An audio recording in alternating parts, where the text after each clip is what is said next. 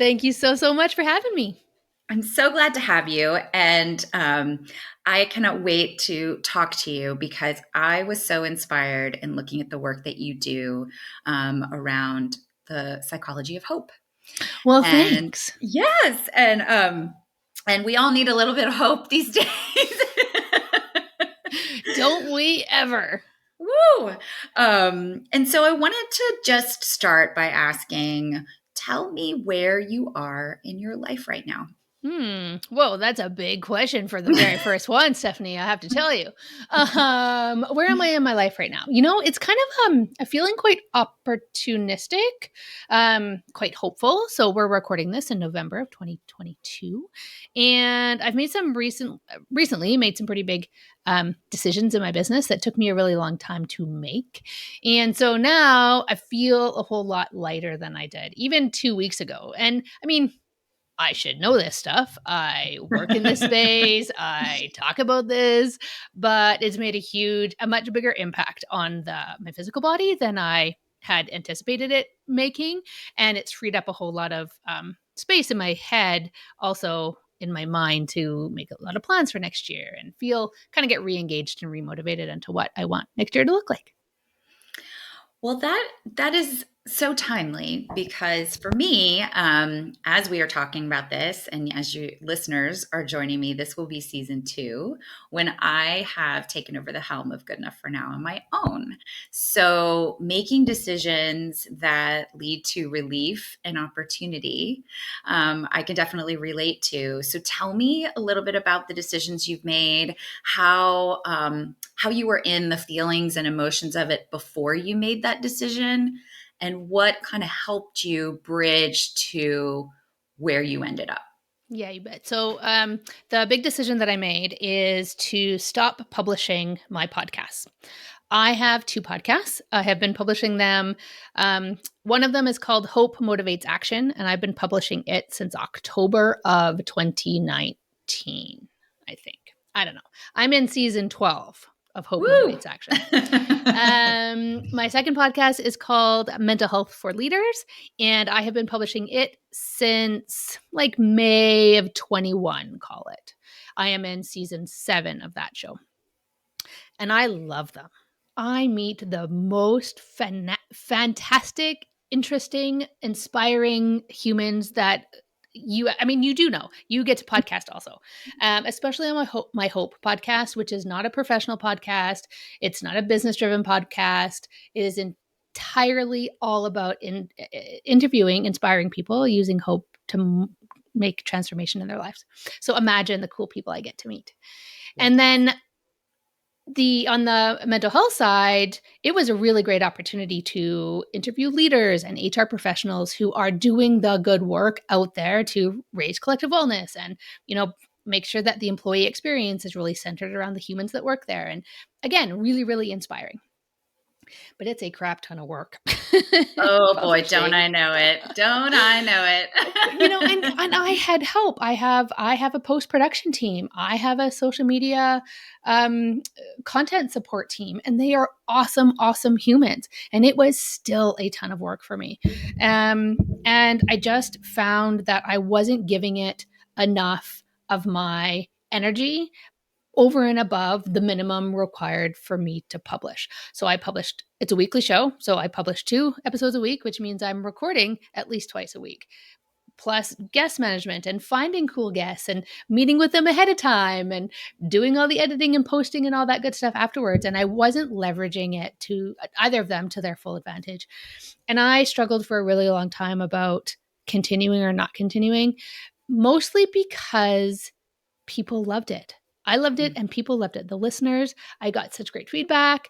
That they, somebody emailed me yesterday and said that they are never ceased to be amazed, and the last 2 podcast episodes were deep and important and super, super cool. And it just about made me change my mind and Yeah. turn my How decision can you around. walk away from this amazing thing you've built? Yes. Yes. But ultimately, I was losing the joy in it. I was losing the reason for doing it. It wasn't giving me the return on my time investment and my financial investment, to be frank, Hmm. um, uh, either. And so I've decided to put them at least on hold, but maybe indefinitely, and see what kind of space that opens for 2023 as far as opportunity for time. I mean, that's giving me back easily 5 hours a week at the minimum. At a minimum, yeah, I'm sure. Hmm. Um, so, so 5 hours a week, and I work on this business 30 ish hours a week. That's, almost 10% of that time. It's 40% of that time, 40% of It's that time. 40%. Yeah. Um, so, and anyway, it's a lot. So that was it was a big decision because, like I say, I've been publishing these for, well, I'm 200 plus episodes deep. Yeah. Mm-hmm. And you mentioned one of the things that caught my ear when you were talking about it was, yes, you're creating something that has benefit to others in the world. You're proud of it. You're able to talk to these amazing people. Clearly, listeners are getting a benefit. It doesn't seem to be the thing, given the investment of time and maybe, if I might put this in, lack of return on that investment Mm-hmm. financially, maybe even for Totally. Yeah. you, though that's Mm-hmm. not what you said specifically. What was your goal when you started it? When I started my Hope podcast, it was to complement the work that I was doing and continue to do. I think Hope has a PR problem and I aim to solve it. And the Mm, podcast went a really long way to spread more hope into the world and truly to share the science of hope, to share the science of positive psychology, of which the field of study of hope is a part of positive psychology. I didn't know anything about positive psychology prior to 2018, and the rest of the world, there are not a lot of people in the world that know about positive psychology, and more people need to know. And so I used the podcast as a platform to share that message, to combine both sort of knowledge about the science with how the science was in action in people's lives. And then the mental health podcast, I started it as a sales and marketing tool, hmm as an hmm awareness tool, as an opportunity for me to bring thought leadership into the workplace mental health space. Also, to learn from these leaders who are doing the thing. Lifelong learning is one of my top 3 values, and getting to know these phenomenal people that are doing cool things out in the world was a huge motivation for me personally, just to learn. And it was a way for me to share with others my sort of style and personality and things like that so that they would hire me to do more work. Right, right. A marketing tool, as you mentioned, Mm-hmm. right? So it's, come and take a sample of who I am, what I'm about, and what this work that we could do together could look like, sound Mm-hmm. like, feel like. Totally. So that sounds great, but so do you feel like, I would imagine that you aren't done teaching the rest of us about positive psychology. Nope, sure Um, aren't. you're not like, this isn't a check the box, finished with this activity for good in my life. So help me understand, is this more about the tool with which you're Mm-hmm. speaking? Mm-hmm. And Definitely about the tool. yeah, and though podcasting for sure, look, like I was just talking to another podcaster who has a very successful show, written books, the whole shebang. And she was saying to me that, what she loves about it is the intensely intimate conversation you get to have with someone for, 35, 40 minutes, learn something new, share it with the world that you don't have in other places in your life. That for her was what really makes the difference, where she sort of is like, I don't care if this particular aspect of my business makes money, I'm going to continue doing this. Mm-hmm. For you, it sounds slightly different. It was maybe a tool to generate interest in your business. So so where do you go from here? Taking a pause on the pod, are there new avenues with which you're going to share your voice, or are you doubling down on all the things you already have been doing? So on the mental health podcast, um, it was, like I said, like a sales and marketing tool. And so, yeah, I'm going to focus in other ways, and I'll talk about that. On the Hope podcast, it was never intended to be a revenue generation tool. It was really a hope booster out in the world for me, for the listeners, as a way to spread hope. I'm a huge believer that hope is contagious, and so it was a way to spread that hope. And I don't focus on the revenue generation side of my hope business. I really Mhm. focus on the mental health side. So I guess the motivation is different for each of those shows, but it is about the tool for sure. And so I'm going to focus in 2023 on guesting on other people's podcasts, exactly what you and I are doing right now. Mhm. Mhm. I've got 3 interviews scheduled this week. Awesome. I get to meet cool people from the other side of the microphone Mhm. and get in front of other people's audiences and talk about mental health at work, talk about the science of hope. And so I'm going to try that strategy and see how we go from that perspective. Yeah, so that's what I'm going to focus on in 2023. Yeah. And I think, I imagine there are quite a few people listening to this conversation saying, well, this is great to know about how Lindsay made her decision, but I'm not a podcaster myself. I can't relate. However, I think that there must be many, many other decisions you've made in your life. I know that I certainly have, where I might have been putting energy into an effort that started out really great, full of hope, to use your word. Maybe it worked out okay, but at some level, I just realized, like, wow, this is taking more energy than I am able to give, or what I'm getting back from it isn't serving me in other places. Can you talk a little bit about how positive psychology and hope works for people Hmm. in those other examples in their lives, similar to yours, when you kind of have to look at, energy and positivity and hope and optimism and make some sort of put some pragmatic decision making skills to that to move forward? Yes, absolutely. So I found the science of hope sort of by accident. I didn't realize I'd lost my hope until the day I recognized that I got it back. And it was this totally innocent, nondescript kind of moment where I remember very clearly sitting up straight and then kind of slumping down because I thought, oh, this feeling that I have, it has to be hope. I all of a sudden I have this idea for the future. I have this zest for the future. But I slumped down because I thought, I'm a reasonably intelligent human being. How did I not know that I'd gotten to this place where I wasn't feeling hopeful? And I was going through the motions, status quo, going to work, getting groceries, putting on pants, all of the things that we need to do as adults.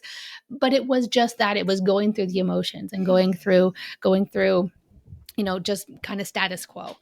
And I'm a AAA personality. I don't know if you can tell that by now, but I'm always going for the next thing. I'm always striving towards goals. And I needed to figure out what the heck had happened and how I could stop it or realize when I was sliding into that burnout before I got to that place. And it was burnout. We were struggling with mental health and addiction at home. I was working multiple jobs for demanding folks, and it was just a lot. So I started to read and research and talk to people, and that's where I found the science of positive psychology, which has been around since the late 1990s.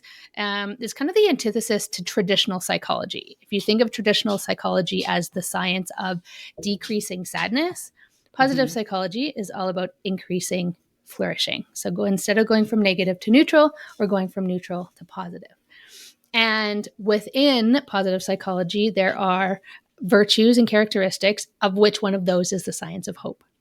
And when I learned that hope was a cognitive process in our brain, I Mm. felt so validated. I mean, we know intuitively what that feeling is, right? We know that zest for the future, that bubbly anticipatory feeling, but it Mhm. feels kind of fluffy and cosmic woo-woo, but it's actually a cognitive process in our brain. And there are over 2,000 research studies to support how health outcomes, life outcomes, success in school, success at work, success for kids, how your level of hope, and there is a scientifically proven hope scale that can show where you are on that scale, but your level of hope is so tightly correlated to success in life via these studies. It's just so cool. And like I say, hope has a PR problem, and I aim to solve So, thinking about the PR problem, one of the things that's gotten some press is toxic positivity. it. Right? Just smile. It'll be okay, right? Yeah. Help me understand how that is different than hope. I'm just going to let the dog in. Hold on. Yeah, sure. Take your time. What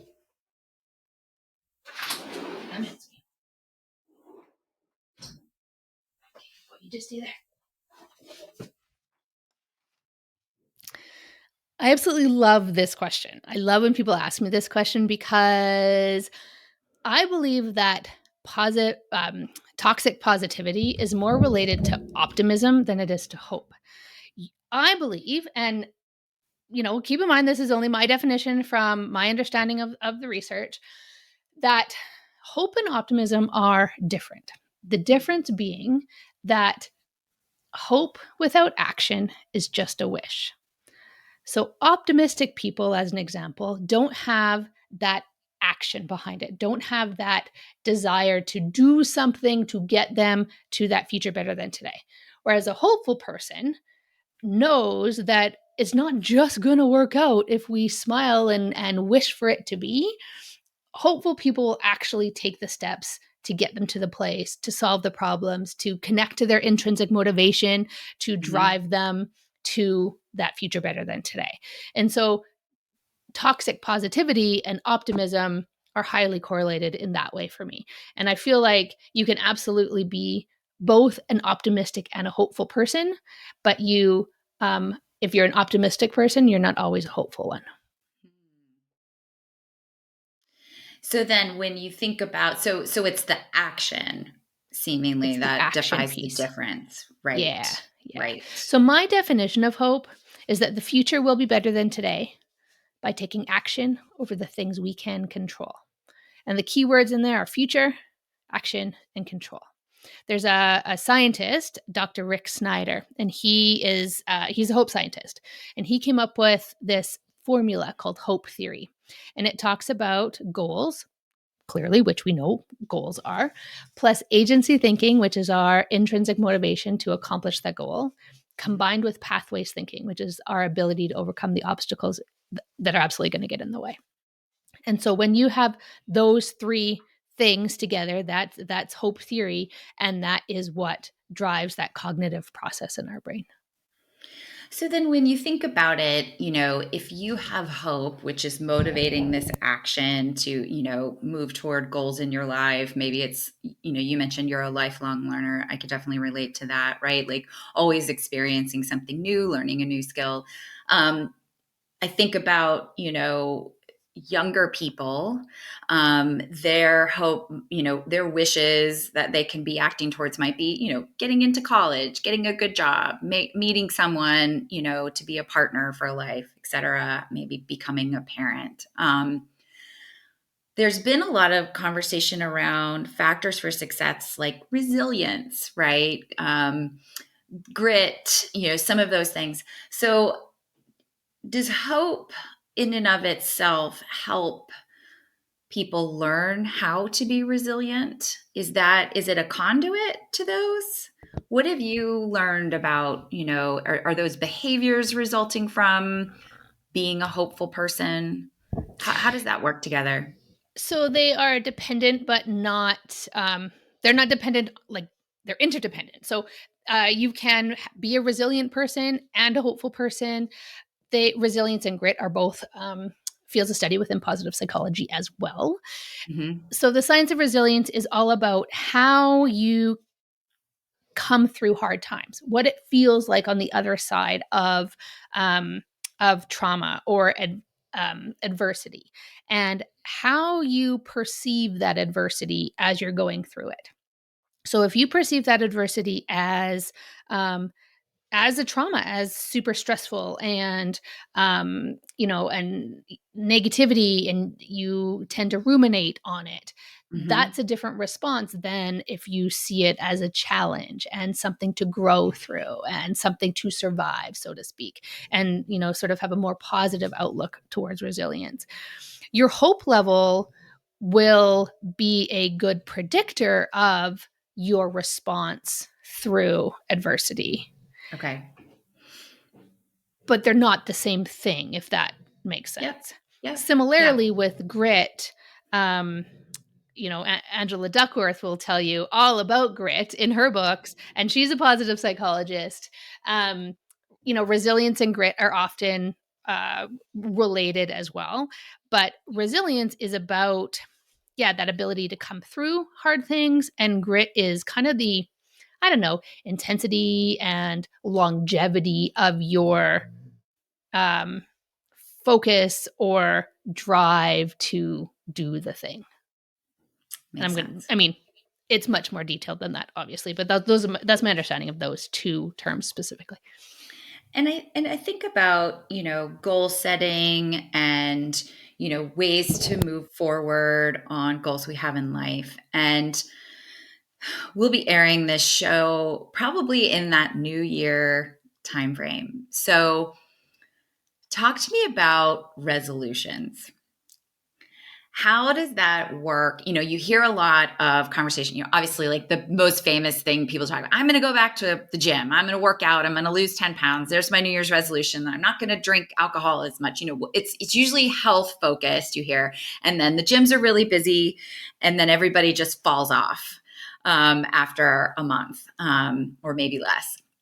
Or my resolution this year is I'm finally going to start that podcast or write that book or, say thank you more often, to my family, whatever it is. So that's goal oriented. How does positive psychology help us to should we even have resolutions? How do we look at the goals that we have for our lives? And how does positive psychology and hope play a role in achieving the next kind of level we want to get to? Ooh, such great questions. So I'm a huge believer in goals. If you want to make your resolutions or your goals on January 1st, fill your boots. I like to make my goals on my birthday. My choice. Some people like to make their goals in September. It's like fall New Year's, Mm-hmm. Um, whenever you make your goals, do them. If you are a goal setting kind of person, awesome. Love it. Um, I think the key, though, the important thing is the lifestyle sustainability of the goals. I'm a believer that goals are not something that are sustainable most often, in general, if they are like a huge change in your life, a huge impact in your life. I'm not sure that cold turkey anything works as successfully as, you know, Right. taking steps towards the goal in sustainable ways. Um, Habit and routine is my secret sauce. Absolutely, the secret to all of my success is finding ways to habitualize and make those habits into routine. And I think that's really super key to goal setting. So if your goal is to go to the gym, awesome. Um, I would not suggest you say you're going to go to the gym for an hour and a half every single day, because that's not your lifestyle. That's not sustainable. Highly For likely most that's not people, for sustainable. most people, yeah. Yeah. But if you commit to going to the gym every day you can, then it gives you a little bit more flexibility. It gives you a little bit more grace. It allows you to to make it a priority. But if your kids are up the night before and you can't get your butt out of bed, okay, give yourself some grace for that. Hmm. But if you can find a routine, establish a routine around that. So, I get up really early in the morning because I like to work out really early in the morning because there's nothing else I could be doing but sleeping. The chances of something else interrupting that time are low. And so I've established that as a routine. And my brain knows that I just work out at 6 a.m. I don't have to think about it anymore. So and that takes away a decision making process, which is an energy drainer. And so if you can sort of move a lot of those inconsequential decisions to the back of your head, your mind, your subconscious, it just frees up your decision making powers for stuff that actually matters. Like in my case, food. I really like food. Or, which connections to make or which book to read or something like that. It actually takes 8 calories to make a decision. And so when you're at the end of your day and you think back on your day and how many decisions you've made in a day, well, no wonder you're exhausted. So if you can find ways to move a lot of those activities to your subconscious by making them into habits and routines, you'll free up all of that energy and then you'll have the motivation to go to the gym because you're not exhausted, as an example. I love that. This is why I hate getting out of bed early to work out, but when I'm working out early, I don't mind it because it's in my subconscious, apparently. Yeah. That's amazing. I don't have to make any decisions about it. There's no interruptions. Okay, you've completely unlocked this for me. Thank you. I don't know how quickly I'll be able to turn into an early morning riser, but I'll try. So when I think about the work you do as it translates into the workplace, I know you work with leaders, you work with organizations to think about mental health and wellness there and how to turn some of this into perhaps, if I might say, habits and rituals and routines. Tell me about some of the unique challenges when you think about applying your work to the workplace. I love that you connected it to habits and routines because that is my whole fundamental goal is I just want to make mental health conversations as normalized as any other conversation that an organization has. And I believe that the only way to do that is to just have them all the time. To make, to create psychologically safe workplaces where you can feel comfortable to say on your lunch break, I'm going for a run or I'm going to see my counselor, and feel like you can get the same response from your colleagues. Mm. And I don't believe that mental health is one and done. I love when organizations bring me in to do a lunch and learn. Awesome. It's getting us started on that pathway. But I super love when organizations buy into my annual subscription where I get to come in once a month for 12 months, because then the organization, they expect it. It's just in calendars. People show up, they know what to expect. All of a sudden it's habit and routine, and we're just getting to have these conversations every month. So I'm absolutely here to meet an organization wherever they are on that mental health maturity scale. But my favorite organizations are the ones that are trying to habitualize conversations about mental health at work and just make them as normalized as any other conversation we have. Yeah, I think bringing from what's behind, the decisions we make or the ways that we behave into the conversation about what's working for us or is a challenge for us just destigmatizes all of it. Mm-hmm. It's just allowing us to show up, for each other, wherever we happen to be. I love that. So one other question I had, and actually there are two things that popped into my head. Is you mentioned at the beginning of our conversation that you didn't know that you had lost, you needed hope until you realized you had lost it, and starting to put a name on it. When we think about, going through challenges, whether it be, I know you had a challenge in dealing with, addiction and recovery in your household. Everybody's got some challenge that they find themselves dealing with.